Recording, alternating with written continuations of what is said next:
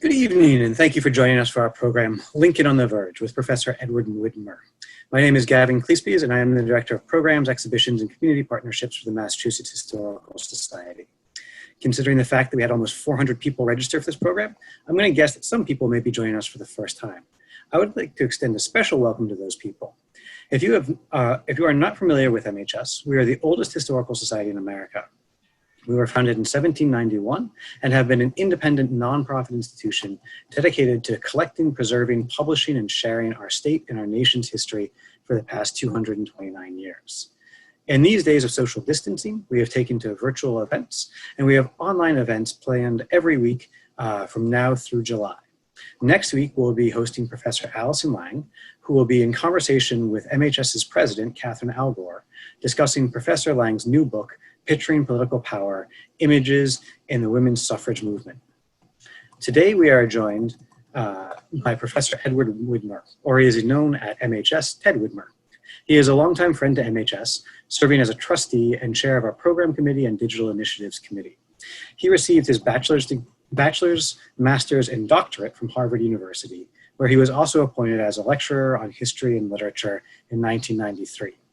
From 1997 to 2001, he worked in the White House as a special assistant to President Bill Clinton, foreign policy speechwriter, and senior advisor for special projects, which involved advising on history and scholarship-related issues. He later conducted extensive interviews with Clinton while the former president was writing his autobiography.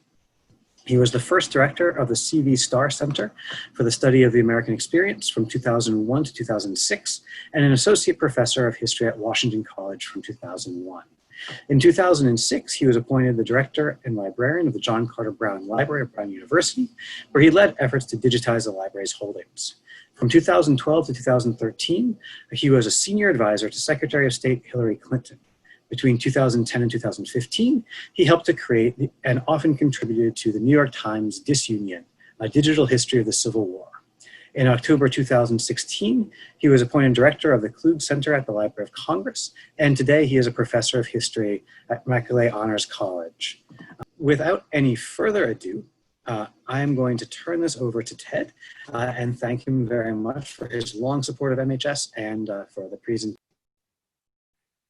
Gavin, thank you so much. What a kind introduction, and I'm so happy to talk to a community I care deeply about. I'm honored to be on the board of the MHS, and it's a particular pleasure to work with you and other staffers to think through the MHS of the future. And I feel like I'm seeing it right now in my laptop. It's so exciting to be able to talk through these new media, and I think MHS has sailed through this storm beautifully. And I love the COVID-19 project. I think that's really important, and I encourage all of you to read some of the testimonies that have been sent in. They're very powerful and moving. So we're in a brave new world, but in many ways it is stretching us in ways that I think will help us all to record history better and to think more broadly about what history is. I've been working at MHS for a long time. I did some work in grad school in the 90s, in a different century in MHS. And I became a fellow in, I think, 2004, and a board member 6 or 7 years ago, and it's really been a joy to think about history from that perspective. And I want to tell you about the Lincoln book. That's the subject of what I will talk about tonight. And I guess I have to begin with an apology. I love the history of Massachusetts. I'm a Boston native. I was born in Boston. I've spent a lot of my life in Boston, and it's to my great regret that this book doesn't allow me to talk about Boston history very much. It's not exactly my fault. It's the story of Lincoln on a train trip. Lincoln in a lot of trouble, working out his problems as he's moving 60 miles an hour through the Midwest and upstate New York, and then eventually down to Washington. And the route just doesn't go through Massachusetts, so I apologize.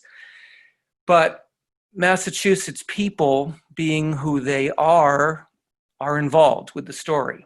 And 3 people are deeply involved. I would give them the Best Supporting Actor, in one case, Actress award. So I want to talk about them after talking about Lincoln, and I'll tell you who they are. In my opinion, Lincoln's life was in grave danger in these 13 days. He'd been elected president. If he doesn't make it to Washington, the United States of America, as we know it, will cease to exist. And if he's killed on the way to Washington, it will be an even deeper tragedy. And the reason his life is preserved is because two Massachusetts people figure out the extent of the plot to kill him, and they coordinate, and they plan, and they ultimately save his life. And the first person to know about the extensive Southern plan to kill Lincoln on the way into Washington is a remarkable woman named Dorothea Dix, who is many things. She's a mental health advocate. She's born in Hamden, Maine in 1802. Maine is then a part of Massachusetts. She grows up in Worcester, pretty close to poverty, but she gets employment in Boston. She teaches, she publishes, she writes very interesting books on flowers and gardening. But then she works with prisoners in East Cambridge and figures out that mental health is a pretty serious problem in the United States of America and in every other country. And she begins traveling widely through the US, and as a result helps every state to develop programs for the mentally ill, and is a rare New Englander who's welcome in the South, even as the nation is teetering on the precipice of civil war. And in the fall of 1860, when everything's falling apart in reaction to Lincoln's election on November 6, 1860, she's in South Carolina, which is ground zero for hatred of Abraham Lincoln and a desire to leave the United States of America. And using her political friendship, she picks up all this intelligence that a very serious plot to kill Lincoln is being developed and is quickly going operational. And she decides that she needs to find the right person who can help her save Lincoln's life. And she goes to Philadelphia to find the head of a railroad called the Philadelphia, Wilmington, and Baltimore Railroad that is going to deliver Lincoln on the last leg of his journey through Baltimore and into Washington. And his name is Samuel Felton. He's from West Newbury, Massachusetts. He's a really interesting guy. He's one of these extremely confident, accomplished Yankees, like Dorothea Dix, not from a genteel background, but it doesn't matter because no obstacle is too great for a person like that to overcome. And he knows the world of railroad detectives. He writes to Alan Pinkerton, who is a railroad detective and an immigrant in Chicago, asks him to come see him and tells him how serious the plot is. And Pinkerton comes out with eight operatives, including female operatives, and they penetrate the plot and they reveal all of its information. And ultimately, Lincoln is warned enough to take a night train through Baltimore in the middle of the night on the last night of his journey and make it to Washington alive and ready for everything. All the incredible achievements of Abraham Lincoln that we know so well from the history books are then possible because he has survived the ordeal of the 2-week trip. There's a third person from Massachusetts who's very important to the book, and that is Henry Adams. He's a young man, a recent Harvard graduate, the son of a Massachusetts congressman, and of course the grandson of one president, John Quincy Adams, the great-grandson of another, John Adams. And he's very full of the identity of being an Adams. And he's in Washington wondering if the whole experiment that his grandfather and his great-grandfather did so much to bequeath to America is falling apart, and he believes that it is falling apart. And he's recently been reading, being an Adams, he loves reading long, sometimes tedious history books, and he's been reading Edward Gibbon's History of the Decline and Fall of the Roman Empire, and he's thinking about how empires decline, and he's writing in very provocative ways about what the end of America will be like. Tones that I found in this research quite resonant for the 21st century. And so he is the best eyewitness possible. He's commenting a lot on Washington society. He's writing pretty dubiously about Lincoln's chances, and he's thinking about what it means to be an Adams at the time when the United States is falling apart. So I have these three strong Massachusetts characters, and the MHS was so helpful to me in finding out what all of these Adams were saying to themselves and in public. Henry Adams, although in Washington with his family, his father's moved there for Congress, is sending really interesting newspaper articles back to Boston reporting on what it feels like to be in Washington as it's falling apart. And then I would say there's also a big Massachusetts idea in this book, which is an idea at the center of the politics of Abraham Lincoln, which is that the United States of America is a great nation that cannot be allowed to fall apart, especially over narrow-minded parochial concerns, especially concerns relating to money, greed, that there are bigger ideas in play, that they were in play in 1776 when Thomas Jefferson, with a fair amount of help from John Adams, wrote the Declaration of Independence. And they were in play in the wars to defend the integrity of the land and water of the United States in the early 19th century. And they're completely in play in 1861, a time when a lot of Americans had forgotten the founding ideals of the United States and forgotten that the United States, in addition to trying to be a nation with its own integrity, was trying to inspire the rest of the world. And Abraham Lincoln knew what a lot of people had forgotten in the 1850s, which was that the United States' role as a model and inspiration to other nations was in pretty rough shape in the 1850s, that democracy was palpably declining, and the nations of Europe were also going in an anti-democratic direction. And the old way of writing about America, the way they wrote about America in 1776 as the hope of the world, wasn't really current. And that mattered a lot to an Abraham Lincoln, who was in no sense from Massachusetts, but whose ancestors had come through Hingham at the beginning of their journey through American history. And Lincoln remembered that bigger idea that I would say is a Massachusetts idea. It's been handled better by some than by others, but it's still an important idea that we exist to show the rest of the world that people are capable of humane and enlightened self-government. So Lincoln is not only an individual trying to make it to his job, he's also carrying an immense weight of American history on his shoulders to keep the experiment alive. And he's accepting, and he says this in his speeches, he's accepting the burden of showing the entire world that democracy works. And it works for all people, all backgrounds, all religions, all races. And it works for all people from all time. And he starts to say that on this journey. He starts to say what we are doing now, we are trying to save this experiment for all people, for all time. He says that in an extraordinary moment at the end of his railroad journey, when he survived all kinds of mishaps and disasters and welcoming committees that screwed up his receptions, in some cases firing artillery into the train as it's arriving in a small town, shattering the glass near where Lincoln is sitting. And he's just made it through one difficult moment after another.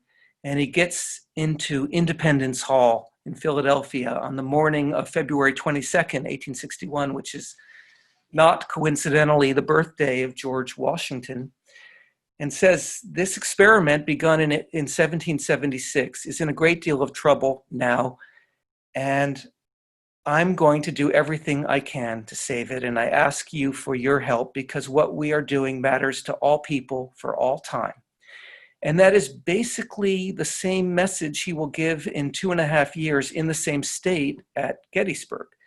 So in my opinion, as a historian of speeches, in addition to other things, this trip is really interesting to show someone progressing very rapidly, not only moving fast on a train, but his thought processes are accelerating. And he's gone very far from being a local politician in Illinois when he gets on the train to thinking in these cosmic ways about the destiny of America and the role of the United States in inspiring, maybe not interfering, and he would actually have said that, not to interfere, but to inspire all of the other peoples of the earth, because it's worth trying to get self-government right. So I started this project. I had no idea how deep I would go into it. I had something happen to me that has never happened before. I used to be kind of a normal historian who took on academic projects, and I wrote like an academic. I was trained to write like an academic. I knew of no other way of writing, but I fell into this topic. Gavin mentioned a few of the ways I've tried to explore the frontiers of writing history online, where often it felt like the rules were a little more relaxed. And I got involved with a project in the online New York Times in 2010 and 2011 to try to bring the Civil War to younger readers and write in this looser way and use images and tell stories. The word stories in the middle of the word history, but we often don't forget that, don't remember that. And I started writing about Lincoln. He's attracted me my entire life. It was hard for me at first because there are so many books about him, so many great books, and I was a little shy about entering that world. And also I had been trained in grad school to distrust heroes. I was in grad school in the late 80s and early 90s, but the aura of the 60s was still very strong when a wave of scholarship had taught young historians, don't trust heroes. That's a shallow and sentimental way of writing history. Go into the nooks and crannies and do good research, but don't get sentimental. But that conflicted with how I read history as a child, when I gravitated toward biographies and Lincoln books in particular. And there's something about the face of Lincoln and the sadness that you can see in it, and the sadness that people could see when he was alive. He had great sadness inside him that also compelled me. And in this book, I feel like I worked it out. I did do extensive research at the MHS, the Library of Congress, the New York Public Library, the New York Historical Society, Brown, which has a good Lincoln collection, Harvard. I went to all of these libraries, and I traveled on trains, often writing a book about trains, including the MBTA train, which I challenge anyone on this call to say they've spent more hours on the MBTA Providence line than I have. And as I kept doing that research, I also kept coming back to how moved I was by this hero's struggle to save his country and in a way to save himself. He'd been a little lost in the 1850s, and he found himself in accepting this great challenge, which I liken in many pages of this book to a kind of quest. And I introduce each chapter with a little fragment from Homer's Odyssey, which was a book that was very well known to Lincoln. It was passed around in the frontier settlements in Indiana where he grew up, and he said on the eve of his election as president, he talked about Homer with some friends, and he said, Homer has a grip. Homer has a good grip. And so I was drawn to the idea not only of a politician getting stronger, but of a hero on a quest to save the original idea that his country was based upon. I didn't fully understand how exciting the drama would be and the danger of killing him. And I think that helps the book a lot, because there is a fear throughout the book that he will be murdered. And we know, everyone knows from American history, that that is what happened to Abraham Lincoln. But to see him standing up every day in front of huge crowds, some of which are threatening, some of which are adoring. Actually, the adoring crowds could be as dangerous as the threatening crowds. And accepting his duty and his fate was deeply moving to me. And I often felt emotional writing it, and you're not supposed to go there as a practicing historian. It's supposed to be a social science and sort of emotionally neutral. But I found myself deeply moved by what Lincoln went through. And I include an epilogue that describes him going, after 4 years of total war, going personally deep into the war itself, to City Point and then Richmond, Virginia, hours after the bloodshed, and seeing dead bodies where he's walking, and compelled to get to the source of the problem, and giving an amazing speech that has never been included in collected speeches of Abraham Lincoln to a group of African Americans who were no longer really slaves. They had been slaves, but the whole structure of the Confederacy was ending because of the war and because of Lincoln's determination in fighting it. And he's walking through a river on the muddy banks of James River trying to get into Richmond, and they just all came around him, and he gave a beautiful speech about what freedom means. And I consider in a lot of ways that was the end of the quest that he was on. And a few days later, he was murdered. And that gave the book a kind of eerie symmetry, because he goes back on almost the identical train route back to Springfield. There's only one deviation. He skips Pittsburgh and he goes through Chicago, which he didn't go through on the way in. And it was the greatest grieving process in American history. Anyone who lived within 50 miles of that train came through at any time of day to pay tribute to this fallen hero. And I argue that he did something that was almost impossible in 1860. He united a country that did not very much want to be united. And I'm feeling now, and I never anticipated any of this. I started it 8 or 9 years ago, and I had no idea what our politics would be like now. But these seams that exist under the surface are pulling apart again. And in his day, it wasn't just the South, it was, is the upper Midwest that interested in being a part of a country that includes upper New York and New England? Many people were quite happy to let New England go and be a sort of perfect country unto itself. Texas isn't really that meaningfully a part of the South. Utah is its own thing, barely a part of the United States. And California has just come in, and is also a very strange place. Is only connected by telegraph in the fall of 1861. So before that, you had to get on either a Pony Express or a very slow ship to go around Cape Horn. And it's a country that doesn't fit together very well. And we're feeling that now. And as he's going on this long train trip, even the cities don't fit together well. Cincinnati is a kind of southern city. It happens to be in a northern state. Pittsburgh is not that northern a city. It's included in maps of Virginia in the 18th century. And city by city, even New York City, the biggest city and the most important commercial city, is very sympathetic to the South, where a lot of its money comes from. So Lincoln's got to weave this thread, this very difficult path through all of these wickets and make it a united country, like its name. And the miracle is that he succeeds. The miracle is that we know what we know of American history, that we had a great president named Abraham Lincoln, and he united this country. It's a miracle that he did all of that. And so my book, I hope, restores a sense that something extremely difficult and precious happened, and a real human being did it. And he was constantly in peril for his life. And as he was in peril, he grew to be the greatest deliverer of speeches in American history. And it all happened in 13 days. So that's the book. Ted, were you going to show some slides? Yes, I was. Thank you, Gavin. This is Lincoln on the Verge. After he's elected on November 6th, he does something very unusual.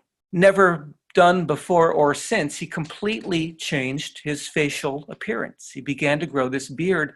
And I love this photograph because the beard is just coming in. It's not the full beard that we know for most of Lincoln's presidency.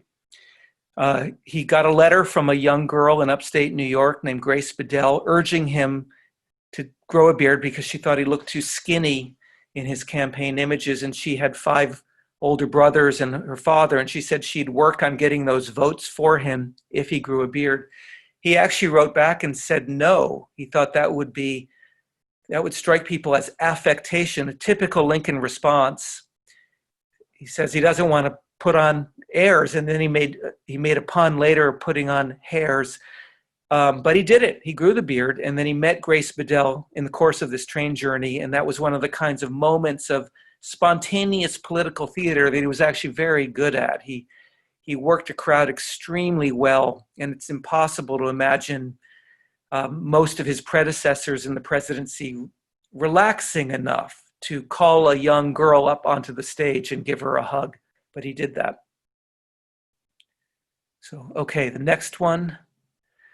This is a beautiful map that an artist who's a friend of mine in New Haven named Constance Brown designed for the end papers of the book. It shows the train route. That's Dorothea Dix on the upper left, Walt Whitman on in the center top, Frederick Douglass, who is in Rochester and sees Lincoln go through, and then scenes from the journey of Lincoln giving speeches. And I just wanted readers to have a strong sense of the geography of the book. Geography is extremely important in the book, and I try to talk about the challenges of building railroads through, across upstate New York or across Pennsylvania. It was incredibly hard to build those routes across the Allegheny Mountains, but the North's relative success, the success of Northerners in figuring out engineering challenges, putting trains across river valleys and under mountains. Some of you know the Hoosac Tunnel in Western Massachusetts was not only an engineering achievement, it was an incredible political achievement because it gave the North much more power than the South, which was stuck. And it couldn't expand very easily out of the states where it was, but the North was sending millions of people into the upper Midwest where Lincoln lived, and that was giving them more power in Congress. And Lincoln knew that, and Lincoln is very excited by railroads for that reason. Okay, this is Lincoln just after his nomination. It's a beautiful photograph in the Metropolitan Museum of Art, and I included the margin of the photo. I thought it was interesting. And it shows a young man, a 52-year-old man, who 4 months earlier, at the end of 1859, was left off of every list of who might become the Republican president. There was one list of 19 possibilities and another list of 21 possible Republican candidates for president. He didn't make either list. And in May of 1860, he becomes the nominee. And shortly after that, the Democratic Party splits in two over slavery. And when that happens, everyone knows Lincoln is going to win the presidency.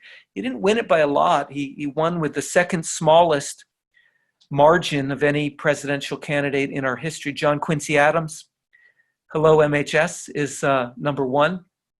But Lincoln had less than 40% of the vote in 1860. And it's still shocking to me that our most famous, our greatest president won with the second smallest margin. Okay.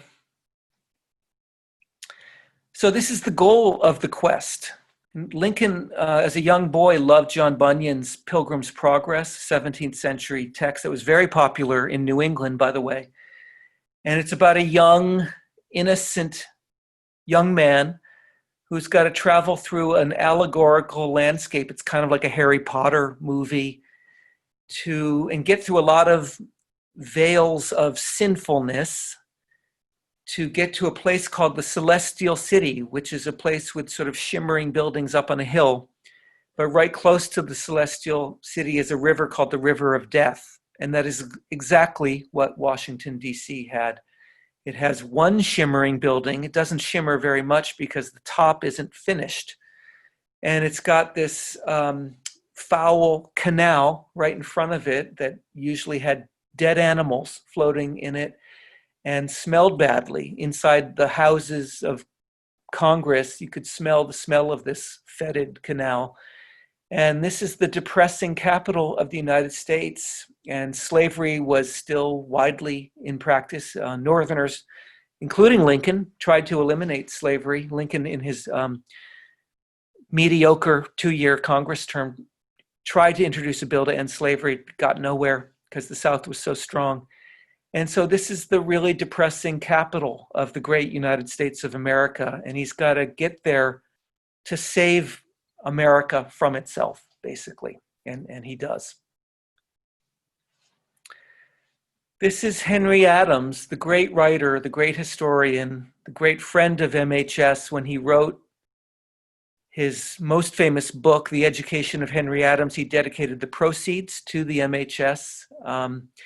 He's fascinating throughout his life. He's more famous as a crotchety old man living in Washington, where he became best friends with Lincoln's personal secretary, John Hay.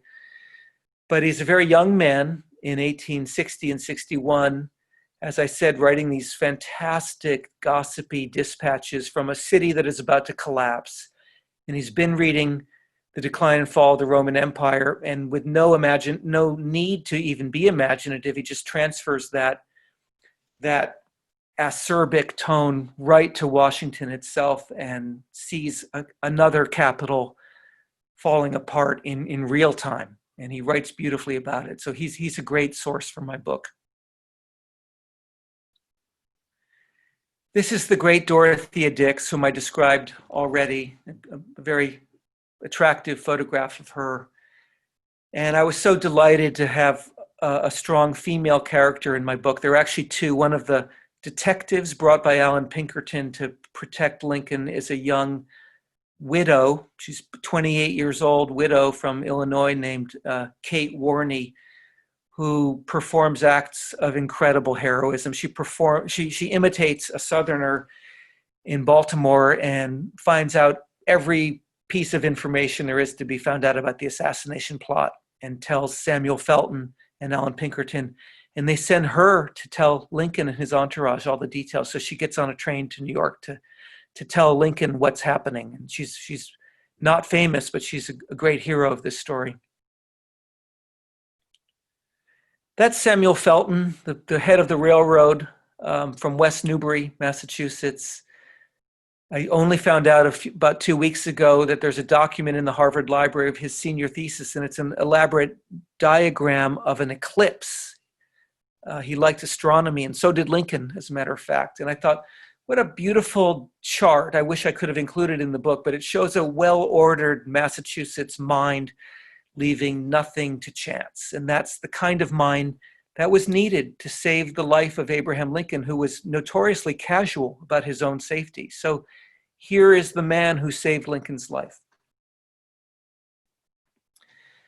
His brother, Cornelius Felton, is on the far right. He was a president of Harvard University. Even though, as I said, they're from a poor Massachusetts family, they achieved great distinction.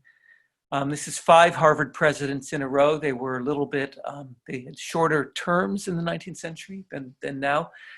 And the man on the second left is Edward Everett, who actually ran against Lincoln in 1860. He's the VP candidate on a quickly improvised party representing the upper South, Tennessee and Virginia. And Everett is the regional balance. He's the New England Peace added to a Southern party.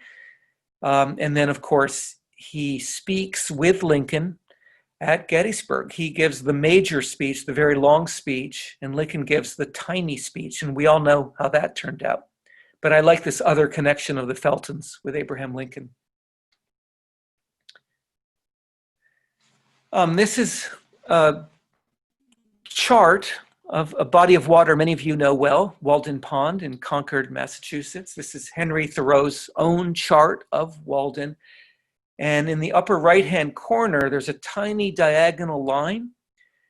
And that's always funny to me. We think of Thoreau going to Walden and communing with nature, which he did, and reading Homer, which, by the way, he learned from Cornelius Felton, who taught Greek at Harvard.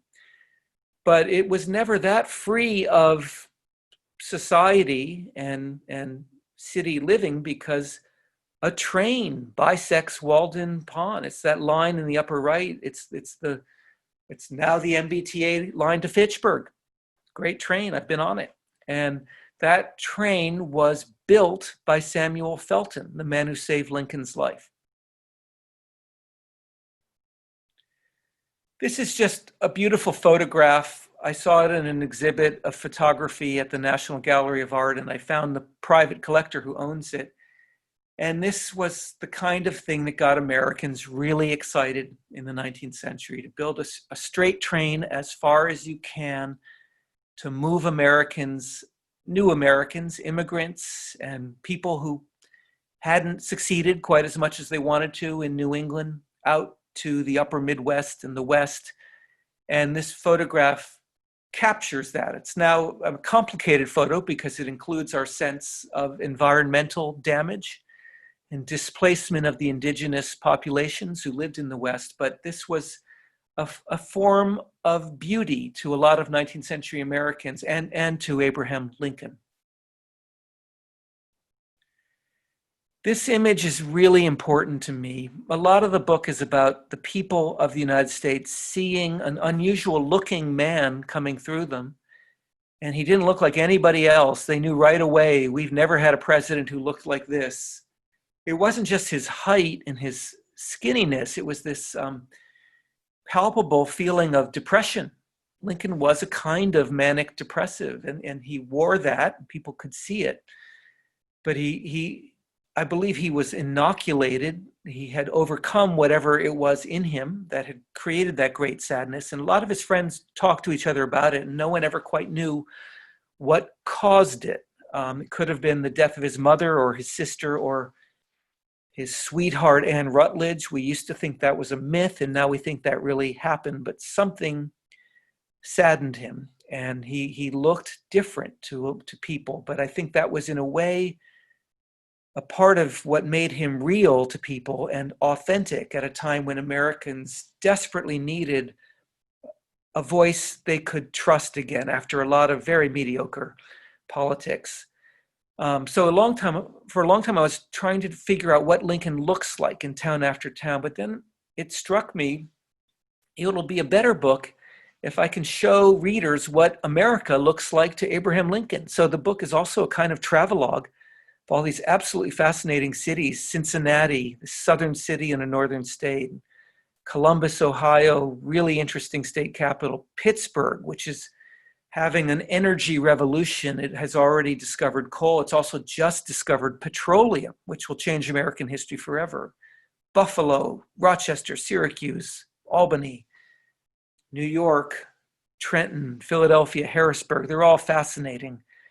And this is the only image I found of what people looked like out the window to Abraham Lincoln. So Thomas Nast, the young immigrant artist, was on the train, and he drew this image of people cheering Lincoln as he went by in southern New Jersey. And it's a mixed race crowd, and it's a mixed gender crowd, and it's a mixed age crowd. So there are Black people, white people, men and women, children, older people, all waving to Lincoln. And this is America coming back together. And the phrase I have at the top is something Lincoln said in Trenton, New Jersey, talking about Americans, calling us the almost chosen people, which is a perfect phrase, not quite claiming we are the chosen people, which many Americans have claimed, but saying that there's something special about us, but we need to keep our modesty too. And that was Abraham Lincoln. And this is the end of the book. For most historians, this is the beginning of Lincoln's presidency. I mean, it is the beginning. It's the day of his inaugural address, March 4th, 1861. But for me, it's the end of the story, and it's the end of the miracle of his safe delivery to Washington to accept the great responsibility that had devolved onto him and to begin his new life as the greatest president we've ever had. But if he had not survived the 13 days of very hard travel, we wouldn't have had this perfect stage set for him. So this is where my book ends.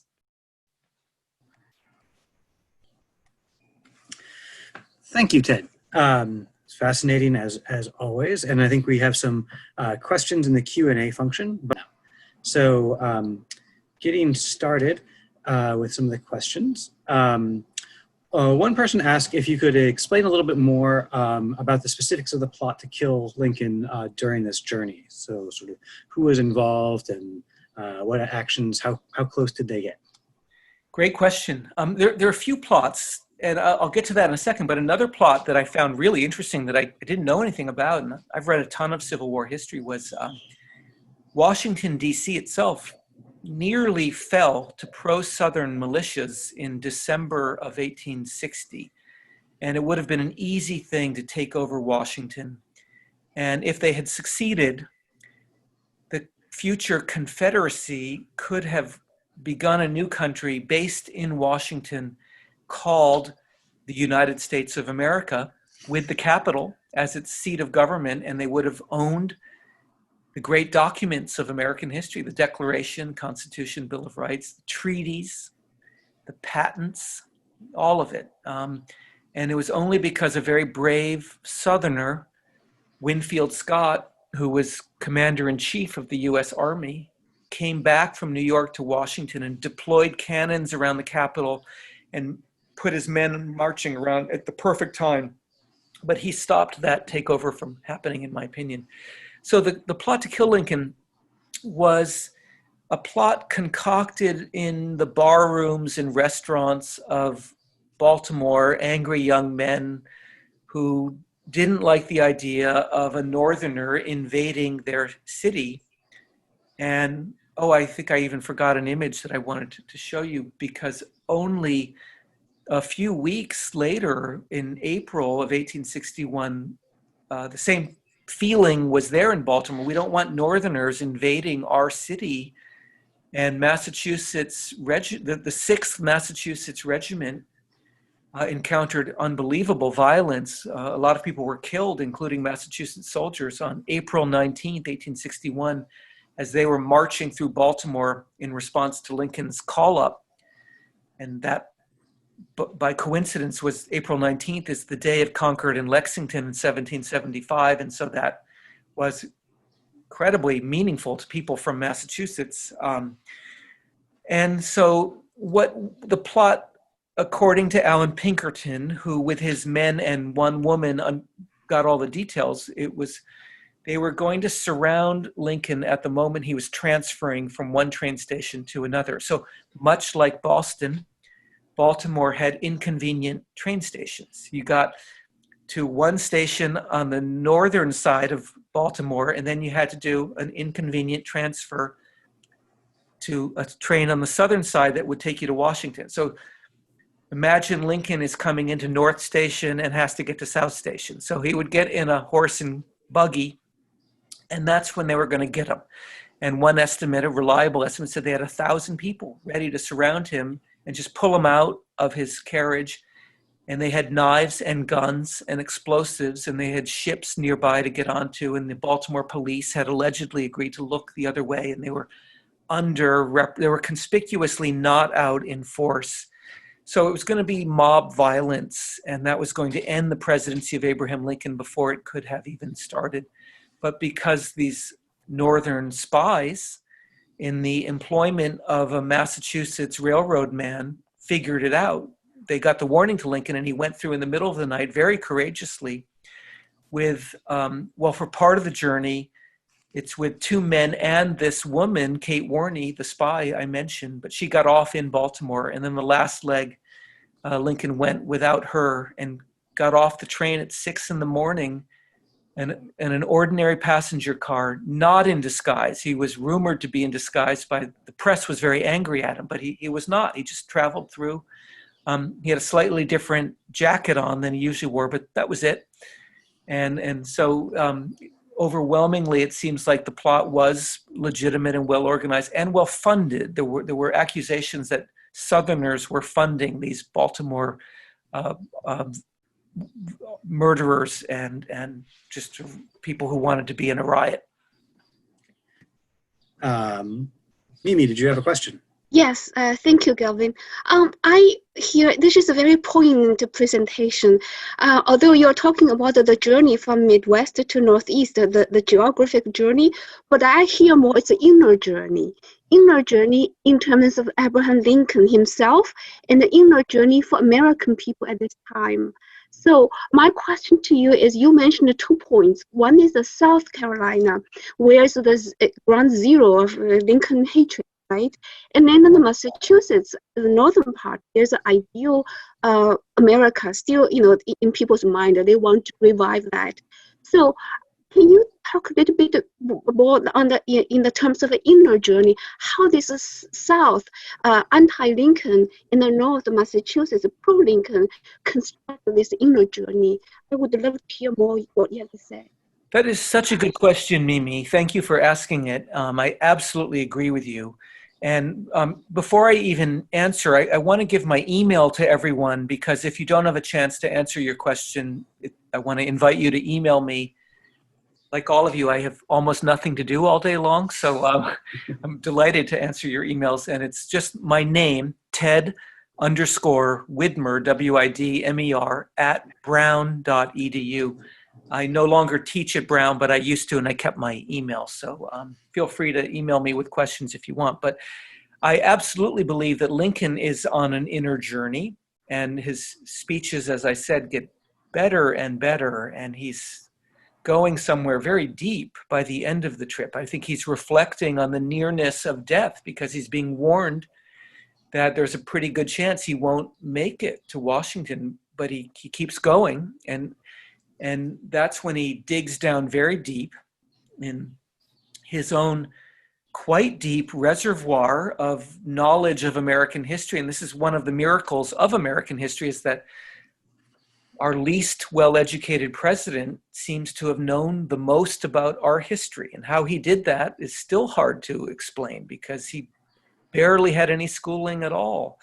But at a time when Americans were all over the place politically and at odds, he figured out the one path that worked to bring them back together. And a lot of that path involved a rewriting of the history of the American Revolution. And that's something I talk about, that the American Revolution was accessible to everyone, including Southerners. And in some ways, it was more accessible to Jefferson Davis, his rival, who's on a train going at the same time. They're in a kind of train race. And yet Davis never talks in an intelligent way about the American Revolution. And Lincoln, without a distinguished family ancestor who fought in an important battle, Lincoln recaptures what made the American Revolution so important. And basically, he takes it out of the chicanery of small politics, of negotiations over 3/5 of a human being counting for a certain amount of votes, and takes it back to the language written by Jefferson, whose papers are in MHS, about the human rights human beings can expect in a new form of government. And we all know, every person on this call knows, that the United States has failed to deliver on that promise many, many times in many different circumstances. But still, there is an integrity to the promise itself, that all Americans are entitled to these core human rights, that Lincoln really wrapped his arms around and then used new language to make it even more powerful than it had been in its original incarnation. And so his deep journey is a journey of reading and thinking about this strange country of people that don't always fit together very well, but did do something meaningful at the moment of becoming a country. And as he says, the Declaration of Independence, if it was only what it says it is in its title, if it was only a document declaring independence, it would be somewhat important, but it wouldn't be that important. It would just be a kind of policy paper saying, we no longer belong to you, we now belong to ourselves. But at the moment of becoming a new country, it's like someone introduced this fairy dust into the equation that made it a much more special country, that said, by the way, our new independent country is also going to stand for the capacity of human beings to govern themselves anywhere on earth for all time. And Lincoln really grabs that message and reminds Americans, and they have forgotten it to a large degree, and makes it his message. I should point out, you said Massachusetts was a center of Lincoln loving or something like that, in contrast to South Carolina. Actually, Massachusetts is really on the fence about Lincoln.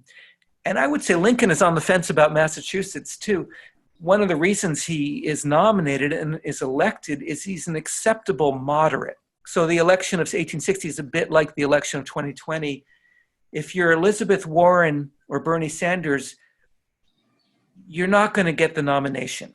What the Republican Party needed was a moderate who could pick up votes. I mean, any Republican is going to win New England and New York, but they needed to also pick up Pennsylvania, which is not abolitionist, and New Jersey, which is not very abolitionist, and to all those Western states, some of which are more abolitionist than others. And Lincoln is the perfect guy for that, even though he has such an undistinguished record. He's a one-term congressman from 12 years earlier, but he's the right blend of moderate. And anyone who gets the Republican nomination will get Massachusetts, and Lincoln knows that. So one of the questions typed in was, can you compare the divisions that existed in America at the time of Lincoln's election to the divisions that exist today? I think about that all day long. I mean, it's uncanny to me because I really thought I was just writing. Well, I first thought I was writing a short book about 13 days in Lincoln's life. I thought it would be 150 pages long. And then it got a little deeper because I was aware of the growth inside of Lincoln and his speeches getting better. And I wanted to meditate on why a person becomes a deeper human being and what is a personal journey, to go back to Mimi's question. And then I added in what Lincoln looked like to all those people. And I did very deep research. And Gavin, you and I care about digital research. And I was able, through some recent digital technology, to read hundreds of small town newspapers describing him. And that added a lot of length and another couple of years. So the internet was my friend, but it also slowed me down.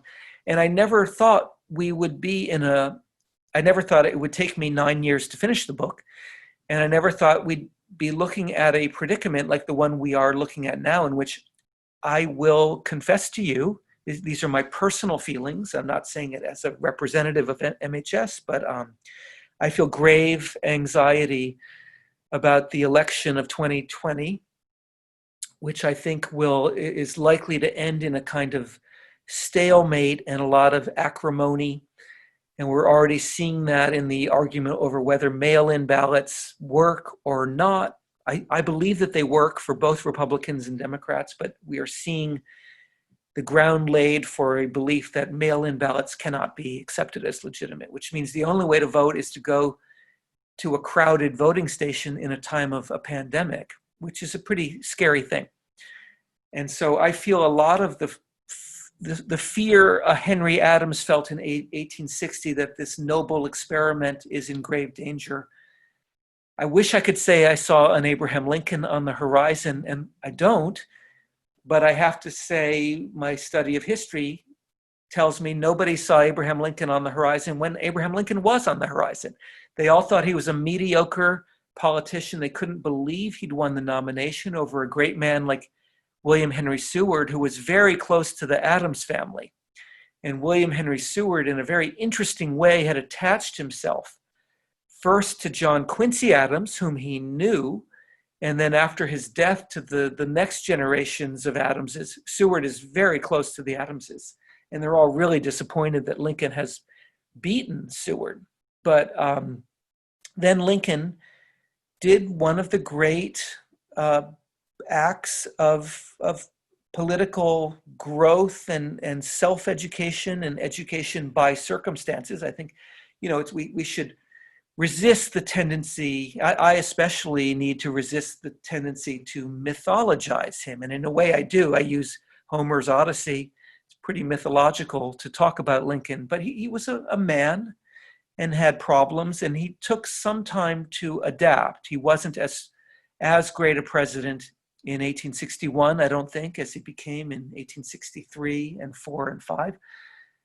But he had a capacity to learn, and that's something I don't see in our current president. I don't mean to make a partisan point. I just think it's a a great and important office, and we want presidents with a capacity to learn and adapt and to learn from the other side. That's important, to be a president of the entire American people. And we're very far from that right now. We are farther from that than I've ever seen in my lifetime. And Lincoln's great achievement was to bring us back together. And I hope if the Democratic candidate wins, I hope he's got some great ideas for reaching out to Republicans. I think it would be a tragedy if suddenly we had a liberal and a Democratic administration that was sort of overcorrecting. What we need is a national government and a national president. We need the Senate to function again and the House to function again. And we need every state house in America to represent the entirety of its people and not just score points for one party or the other. Oops, I can't hear you, Gavin. Sorry, I muted myself. I think we have time for one more question, and we can allow Jerry to speak. So Jerry, if you'd like to unmute yourself. Hi, thank you. It was a really great talk. My question is, when Lincoln was on the train trip going to Washington, were there any particular events that you think influenced his thinking and or conduct during his presidency? Events during the train trip that influenced his later presidency? Great question, Jerry. There is an impending sense of doom, which if in a year you read that I have sold out to Hollywood and there's a movie version, I'll be ecstatic. But I didn't plan on that. I'm trying to be a good historian. But there is a growing sense of doom that I think is getting into his thinking. And I think he's trying to say to other people, if I don't make it, I want you to know what's important about America. Because, you know, it's being told many times a day, they're going to try to kill you the closer you get to Washington. I think that I already mentioned it, and I apologize for repeating myself, but that moment in Independence Hall is a kind of laying on of hands, to use a religious term, or it feels to me like almost a sacred moment where Lincoln walks into Independence Hall apparently for the first time in his life. I put some thought into that question. He may have gone in 1848, but he probably just stood outside the building and didn't go in. And so he walks into the chamber where the Declaration was written and also where the Constitution was written. And he says, I have never had a feeling in my life that did not spring from the political sentiments expressed in the Declaration of Independence. And only this week, I must say, I still have thoughts about this book after finishing it. And only this week I was reading that sentence and thinking about the word feeling and the word sentiment, and thinking those are interesting clues into Lincoln's character, because yes, he's a very rational person and a smart and crafty politician who sometimes trims his sails very close and does just the bare minimum of what needs to be done, including emancipation at the right moment. But he's also a kind of a mystical thinker, and he does go into the language of feelings and sentiments, like he says in that sentence, to convey an intuitive understanding of what makes America great. And I believe he was just the right person at that moment when it wasn't embarrassing to use that kind of language, as Americans were really afraid of it all ripping apart, which it was doing. There were 4 candidates running for president. Nobody was very happy with the result, and nobody was very happy with Lincoln. And so he was desperate. He was a man in trouble, trying to find the right words. And the miracle, to my way of thinking, is that he succeeded, because the odds were so extreme against him. But something magical happened, and he found the right words with the least education of any president to that, well, except Andrew Jackson. He found not only the acceptable language, but the most soaring language any American has ever used to describe this crazy experiment that doesn't work half the time. And I still go back to him for a feeling that it might work a little while longer.